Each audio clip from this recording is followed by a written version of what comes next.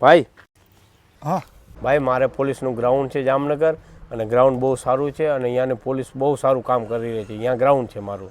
હા વાંધો નહીં જા. ભાઈ રનિંગ ફેલ થયો. આટલી મહેનત કર્યા પછી જો નપાસ થતો ને ડૂબીને મરી જવાય કે.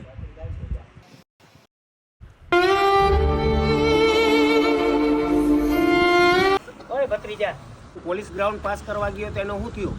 કાકા હું ફેલ થયો. ભત્રીજા તો ઘરે આવવાની જરૂર નથી, અહીંયા જ મરી જવું તું.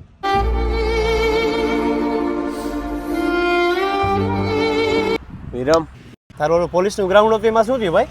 ફેલ થયો યાર. તો હું પછી આવા મોઢા લઈને આવતો અહીંયા જ ગ્રાઉન્ડમાં ડૂબીને મરી જવાય ભાઈ, અહીંયા ના આવાય.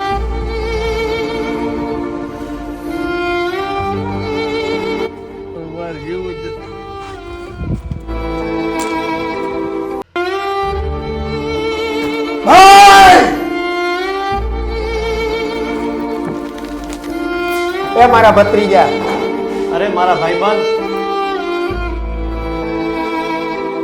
ભાઈ બોલ.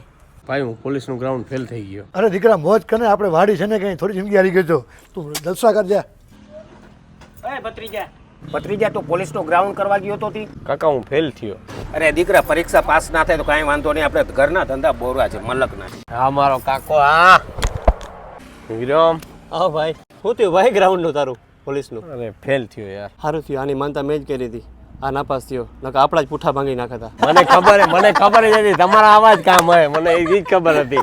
કોઈ છોકરાઓ જે સરકારી પરીક્ષામાં નપાસ થયા હોય તો એના કુટુંબ પરિવાર, મા બાપ કે ભાઈ બહેન કે મિત્ર મંડળે એને આત્મહત્યા કરવા માટે મજબૂર ન કરવો, એને પ્રોત્સાહન આપવું. એને અમારા વિડીયો એ માધ્યમ માટે છે.